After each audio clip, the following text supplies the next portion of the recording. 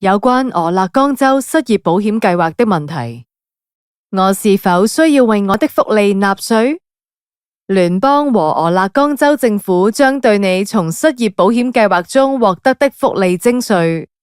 當你提交初始申索時，你可以選擇是否要從你的付款中扣除俄勒岡州稅、聯邦稅，兩者皆扣除或不扣除。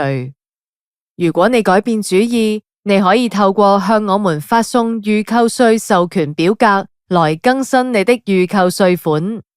到1月底，我們將向你寄送一份 1099G 表格，報告你獲得的福利金額。